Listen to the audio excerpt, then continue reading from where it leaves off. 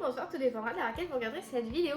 On se retrouve aujourd'hui pour la fameuse vidéo qui va sans doute popper un peu partout ce mois-ci ou les semaines à venir, parce qu'on est bientôt mi-juin, presque juillet, donc on est au milieu d'année et c'est le moment de faire le Mid-Year Freakout Book Tag Challenge, Book Tag Challenge Freakout, Mid, quelque chose, bref, on sait toujours pas le nom, même un an plus tard. Voilà, j'avais envie un petit peu de suivre la vibe.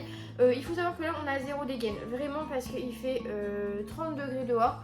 Au travail, je suis en train de désencombrer, ranger la salle d'archives. Donc je mets des affaires qui ne craignent rien et qui sont susceptibles d'avoir une auréole de sueur, voilà, je le dis. Je suis peut-être brillante, ce n'est pas un maquillage, voilà, ce n'est pas un blush ou que sais-je, c'est juste de la sueur, voilà, de la sueur sèche. Donc voilà, je ne suis pas apprêtée, il faut pas m'en vouloir. Je tiens aussi à m'excuser parce que la semaine dernière il n'y a pas eu de vidéo, j'en avais tourné une et il s'avère que quand j'ai voulu la monter, et ben je me suis trouvée dégueulasse. Voilà, on va pas passer par quatre chemins, hein. On n'est pas à l'abri que celle-ci aussi je me trouve dégueulasse, mais là j'ai des circonstances atténuantes, je vais me dire, vu qu'il fait pas beau, enfin il fait trop beau pour que je sois belle. Voilà, donc je peux pas concurrencer le soleil, hein, faut pas pousser. Mais déjà, donc je ne me trouvais pas belle et en plus je trouvais que la vidéo était un peu fouillée, elle n'était pas très bien construite parce que je l'ai tournée un peu vite, parce que j'étais un peu dans le rush avec le boulot.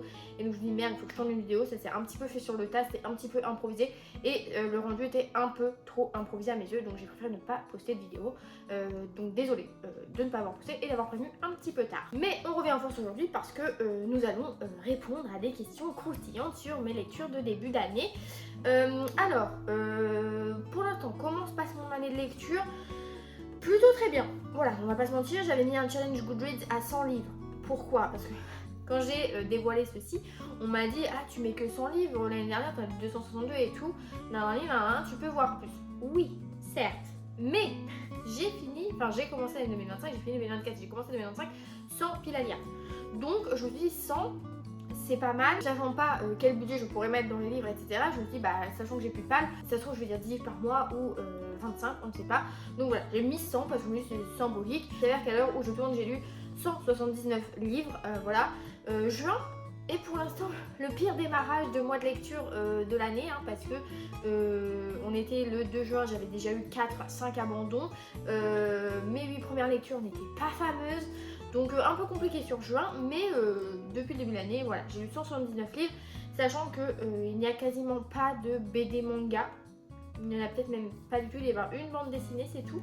Donc on est que sur du roman, souvent un peu de pavasse, mais bon, on n'est pas là pour parler statistiques aujourd'hui, on est là juste pour faire une vidéo un petit peu sympa, un petit peu courte, un petit peu détente. Vous pourrez retrouver en barre d'infos les catégories, questions du tag, si jamais ça vous dit d'y répondre en commentaire, ça me ferait plaisir de voir où vous en êtes cette année, bien sûr.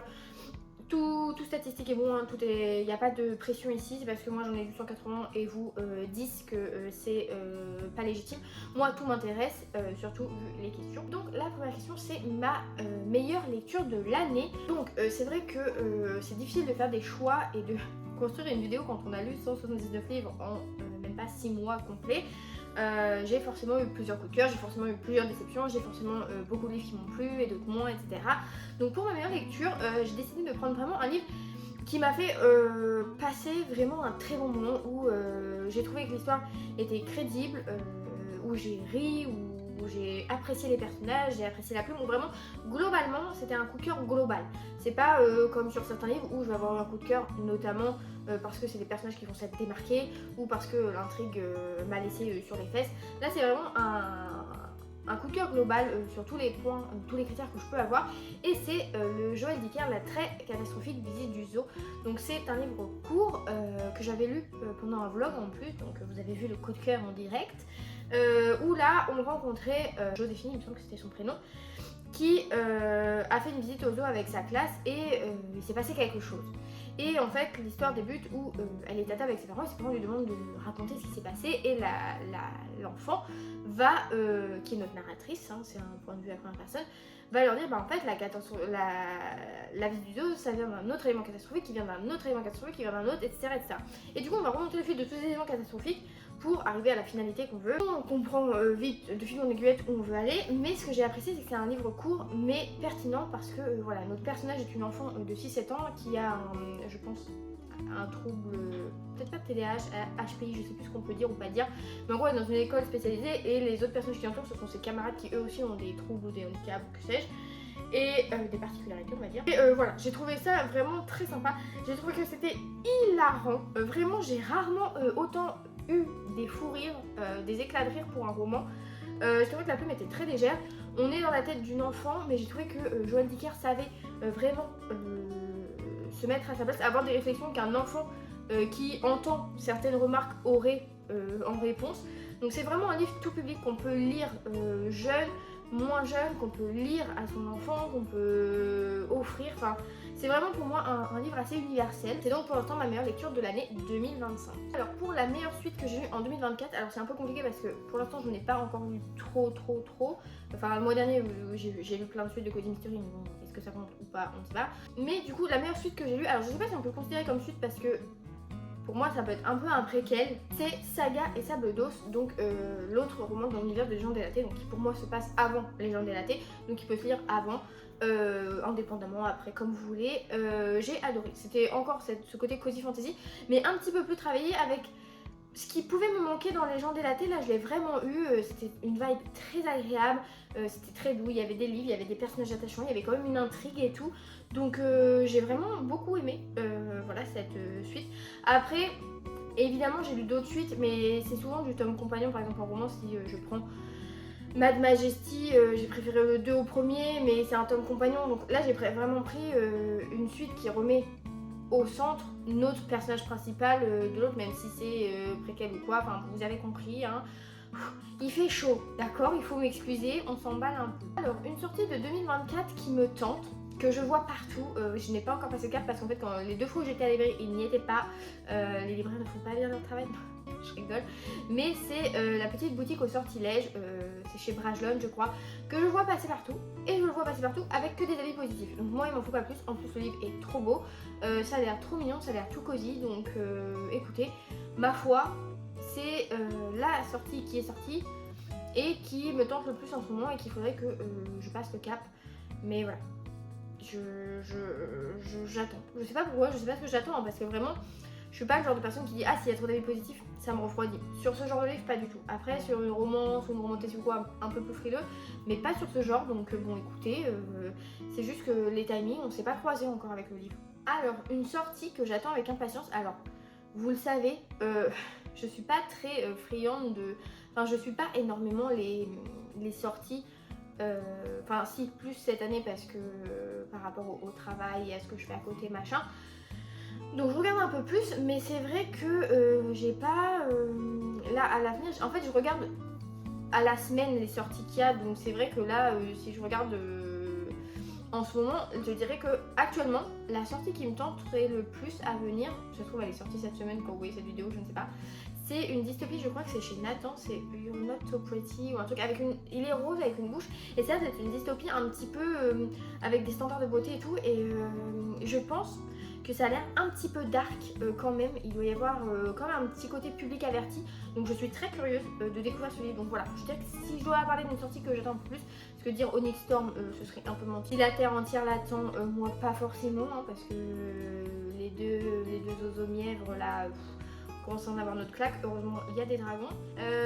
Pour ce qui est de ma plus grande déception, alors jusque là j'en avais une, depuis le mois de juin j'en vois 4, c'est terrible, je pense que je peux pas trouver pire lecture, et en fait si, j'arrive à chaque fois à lire autre chose qui est un peu plus nul, donc c'est quand même fou, c'est fort à faire et je réussis très bien.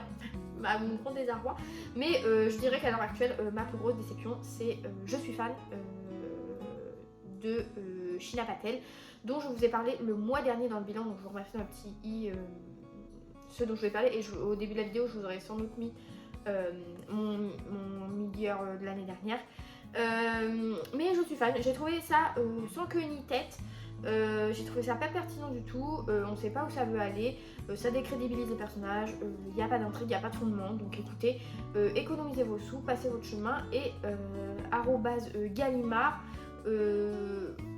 déroutant. Et en plus, c'est qu'il y a pas longtemps, je sais plus pourquoi je me fais la réflexion, c'est que j'ai vu une autre personne parler d'un livre de chez Gallimard, de la collection blanche, qui était mauvais aussi, et qui a fait la remarque en mode mais Gallimard, what the fuck.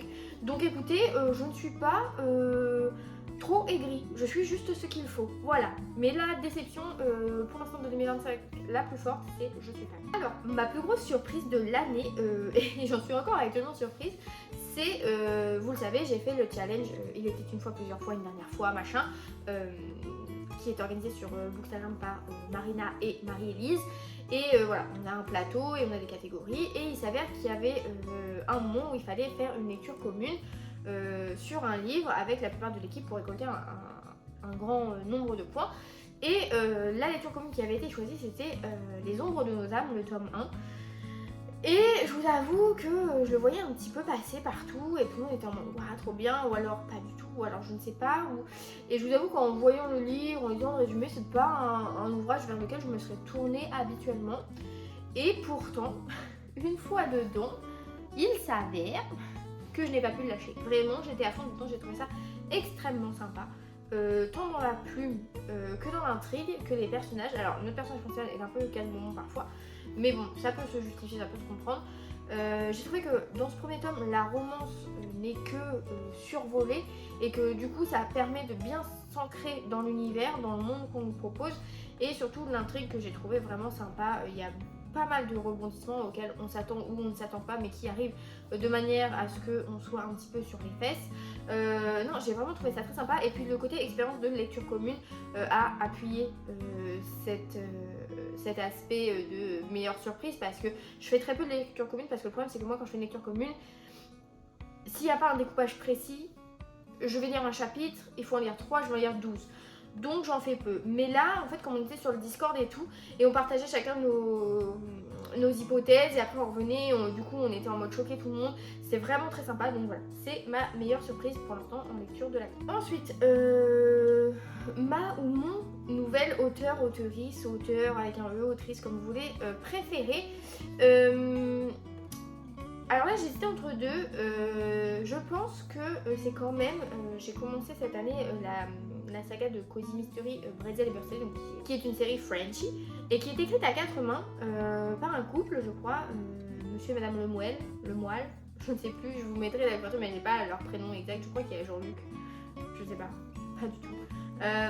Parce que je trouve qu'ils écrivent déjà vraiment bien, et que le fait que ce soit à 4 mains ne se ressentent pas. Il y a des fois j'ai lu des romans qui étaient écrits à plusieurs, et selon les passages ou les chapitres, on pouvait un peu voir à quel moment la plume changeait de main. Et des fois ça me faisait un peu tiquer. Et je trouve que dans Bretzel et Bursted c'est très fluide, donc c'est vraiment sympa, c'est très agréable à lire.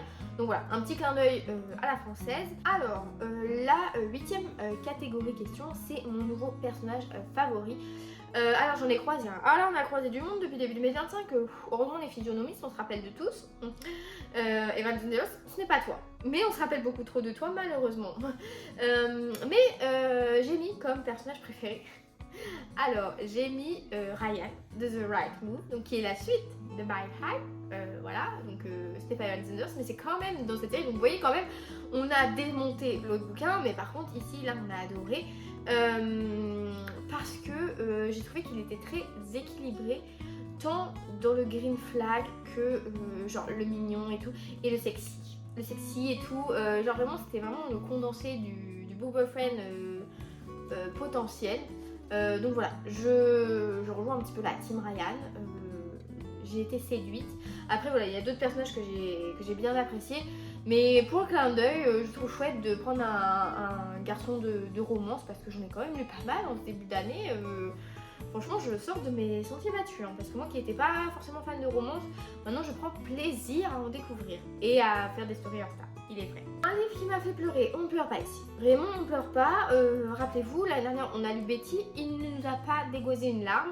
Vraiment, je ne pleure pas pour les livres, c'est terrible cette histoire. Donc, ce n'est pas parce qu'on ne pleure pas qu'on n'est pas ému. Je dirais que des livres qui m'ont touchée, alors c'est souvent dans les romances, il y en a 3 qui viennent à l'esprit. On ne respecte pas du tout les règles de un livre par catégorie. Mais en février, j'avais lu Offside de Clara Nové. Où pareil là il y avait un sujet un petit peu touchy et tout, et j'avais trouvé que c'était très bien amené, très bien travaillé, et que l'écriture rendait ça assez poignant. Donc voilà, et plus récemment le tome 2 de de Mad Majesty et le tome 3 de Chestnut Spring, donc Powerless et Fallen Majesty, où voilà, pareil, les garçons avaient des backgrounds un petit peu touchy, et j'ai trouvé que c'était bien amené, que c'était assez poignant. Donc voilà, c'est souvent au détour d'une conversation, au moment où ils se confient, qu'on comprend tout, et que la personnage féminin comprend aussi et découvre le poteau rose. Je trouve ça assez touchant. Donc voilà, pas de larmes encore pour le moment, mais écoutez, l'année n'est pas finie, hein. Alors, un livre qui m'a rendue heureuse, vu mon score actuel, je peux vous dire que beaucoup de livres m'ont rendue assez heureuse. Il y a beaucoup de livres que j'ai pris plaisir à lire, tant dans des one-shots que dans des suites de séries, parce qu'on retrouve les personnages, etc. J'ai voulu axer ça sur un livre dont je n'ai pas trop parlé, vu que je l'ai lu le mois dernier. C'est La librairie de Bloomsbury. Vous savez que moi j'adore quand les livres mettent en scène l'univers du livre, entre les librairies, les bibliothèques, les libraires, l'écriture, etc. Et là voilà, on était dans un contexte historique d'après-guerre, et on rencontrait 3 femmes qui vont être en mode proximité forcée un petit peu, et elles vont chacun avoir leur destin et tout va se mêler. Et je trouvais que c'était un très bon livre, tant dans l'écriture que dans le côté féministe que ça dégage, de voilà, les femmes qui s'émancipent, qui n'ont pas peur de tenir tête aux gens qui sont en face d'elles. Donc voilà, je recommande vivement cette lecture qui m'a vraiment fait passer un très bon moment. J'adorais y revenir, et pourtant c'était une petite briquette. Donc voilà, très sympa. Après, évidemment, généralement les livres qui me rendent heureuse, c'est quand tu lis des romans, c'est que voilà, c'est mignon, c'est sympa, ça se lit vite. Mais c'est pas pertinent comme réponse, parce que c'est plus un ressenti global sur un genre. Là, c'est vraiment sur un livre. Donc voilà. Et enfin, le plus beau livre que j'ai acheté, qui a rejoint ma bibliothèque. Alors autant l'année dernière j'avais acheté pas mal de reliés, de beaux livres. Cette année, je suis pas trop dans cette optique. Enfin, il n'y a pas de livres qui m'ont marqué. Je ne vais pas dire Beast of the Briar, Bonded by Swords, là, je sais plus quoi, parce qu'il est à la fois hideux, à la fois magnifique. Mais pour le coup, j'ai pris un brochet. J'hésitais entre 2 livres. J'hésitais entre Longue vie au mal, le premier tome du temps de l'acier, là, que je trouve très beau, parce qu'en relié, il a une couverture que je trouve très sympa. Le jaspage aussi, je trouve que tout gold, ça fait très grimoire de conte. Mais le livre que j'ai retenu pour cette catégorie, c'est le livre des plantes, qui est un brochet, mais que je trouve vraiment magnifique. Sa couverture est somptueuse, et il a également, bon là vous voyez pas parce que je l'insère, mais il a également un jaspage très sympa. Donc voilà, je trouve que pour un brochet, il est très qualitatif. Et voilà, nous venons de parcourir un petit peu les livres, lectures et personnages marquants de ce début d'année. Écoutez, comme je vous le dis, aujourd'hui, là je tourne, on est le 17 juin, j'ai lu 179 livres. Qu'est-ce que ça va être au 31 décembre, je ne sais pas, ça peut vite partir en cacahuète, sachant qu'en plus, je n'ai pas lu encore de graphique. Je me construis une petite palle pour pouvoir faire un petit numéro de Alors ça bulle, où voilà, je condense un petit peu tout ça, donc avec des one-shots, des trucs nouveaux et tout, enfin qui seront plus nouveaux au moment où je les lirai, je pense. Mais du coup voilà, n'hésitez pas, du coup, comme je vous le disais au début de la vidéo, vous à me dire en commentaire vos réponses. Je serais curieuse de voir voilà, quelle est pour l'instant votre meilleure lecture et la pire. Si il y a une sortie que vous attendez, parce que peut-être vous allez me faire remarquer qu'une sortie que j'attends, je ne sais pas que je l'attends et en fait elle arrive. J'ai d'ailleurs, anecdote, c'est que l'année dernière, pour faire cette vidéo, j'ai regardé, et reprendre les questions, j'ai regardé celle de l'année dernière, et la sortie que j'attendais plus, c'était j'avais dit que j'espérais que j'avais lu Agency of Scandal chez Pocket Jeunesse, et j'avais dit que j'espérais qu'ils traduisent un autre livre de l'auteur dans le même univers qui était sorti en VO, et il s'avère qu'il est sorti la semaine dernière ou fin mai, donc trop bien. Les grands esprits de ce monde, en fait j'étais assez ouais, donc c'est pas sorti en 2024 mais c'est sorti en 2025, donc voilà, il faut savoir être patient, patience est mère de toutes les vertus. Voilà, vraiment c'était philosophique cette fin de vidéo. Donc dites-moi ton commentaire, n'hésitez pas à vous abonner, et puis on se dit à la semaine prochaine pour je ne sais pas encore quelle vidéo, mais je serai là. Donc le mystère est à son comble, je vais vous souhaiter de belles lectures et je vous dis à la prochaine. Salut!